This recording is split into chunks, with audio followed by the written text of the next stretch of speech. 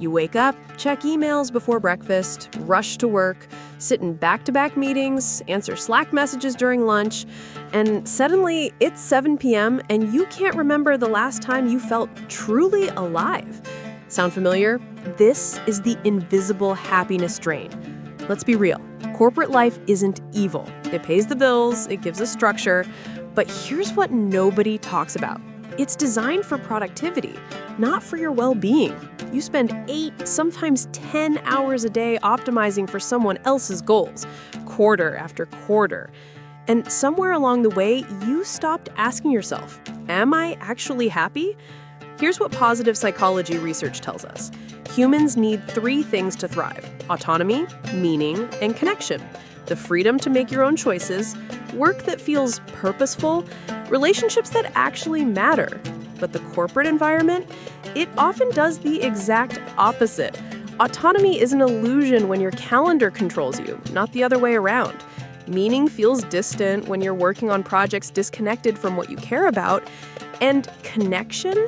Your work friends are just faces you're too busy or too exhausted to actually know beyond surface-level small talk. This creates what psychologists call hedonic adaptation. You get the promotion, the raise, the fancy title. You feel good for maybe a week, then that feeling evaporates and you're back to your baseline happiness. Or worse, you're more stressed because now you have more responsibility riding on your shoulders. The happiness drain isn't dramatic. It's not a single crisis. It's subtle. It's the slow, creeping realization that Sundays fill you with dread, that you can't remember your last creative thought, that you're living for the weekend, which flies by in a blur of errands and sheer recovery.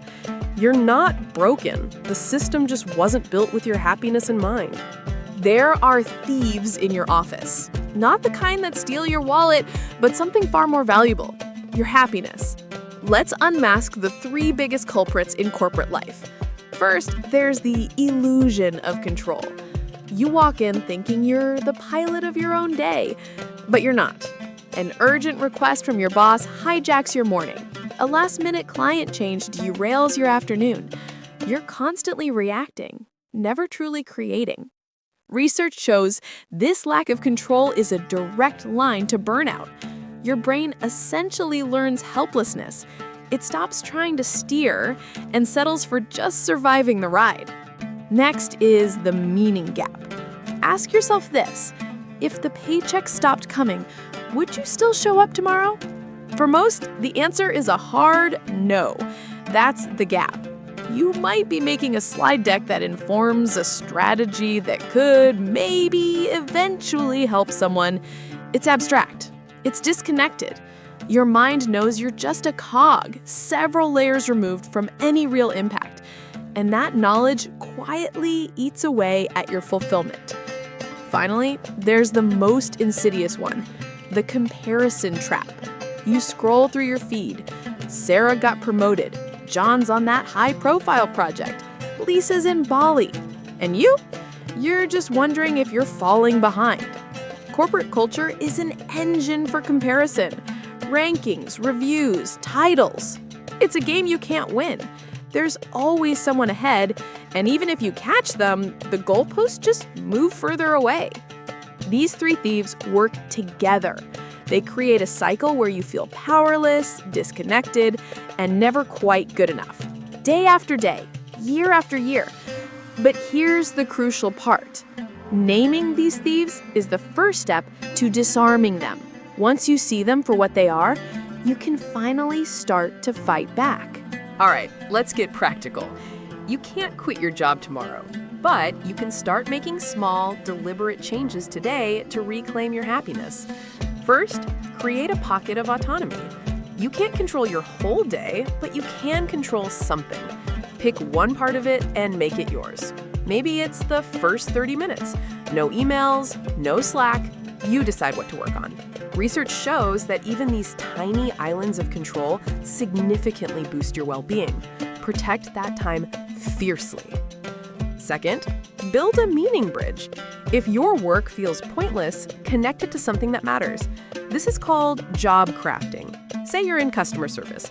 You're not just answering complaints, you're the human face of a company. You are solving someone's problem, making their day slightly better. Write down your tasks. Next to each one, write how it connects to something larger. A person helped, a skill built. When you see that thread, the work feels different. Third, disconnect to reconnect. Set a real boundary. No emails after 7 p.m., no work on the weekend. Take your full lunch break. I know what you're thinking. My boss expects me to be available. But the truth is, burning out doesn't make you a better employee. It makes you a resentful, exhausted one.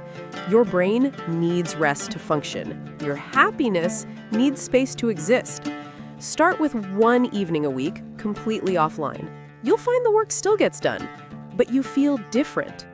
Finally, invest in real connection. Schedule one coffee chat a week with someone you genuinely like. Not networking, not strategy, just connection. An 80-year Harvard study found the strongest predictor of happiness wasn't money or success, it was relationships. These small acts, a protected half hour, a reframed task, a closed laptop, a real conversation, they stack up. And day by day, you don't just get through the week, you start to get your life back. Here's what I want you to understand. Your happiness matters. Not just because it feels good, but because it's the foundation for everything else. When you're happy, you're more creative, more resilient, more present with the people you love. You have more energy. You're more you. But then there's the reality of corporate life. It's a machine designed to demand more. More hours, more output, more sacrifice. That's just its nature. But you get to decide how much access that machine has to your inner life. This isn't about quitting your job or becoming anti-work. It's about protecting what's essential. It's about recognizing that you are not your productivity.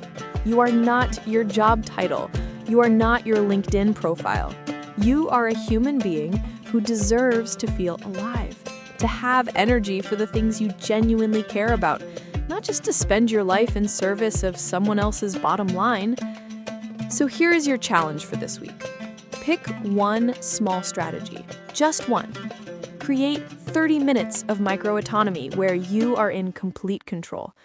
Or set one hard boundary around your time after 6 p.m. Maybe schedule one real agenda-free conversation with someone you actually like. Small changes compound. You don't need a life overhaul, you need consistent, tiny steps. And remember, feeling drained by all of this doesn't make you weak or ungrateful. It makes you human, a human who is paying attention. And that is the first step to real change. Your happiness is not selfish. It's not a luxury. It's the foundation of a life well lived. So protect it, fight for it, and don't let the corporate machine convince you that your well-being is negotiable. You deserve it.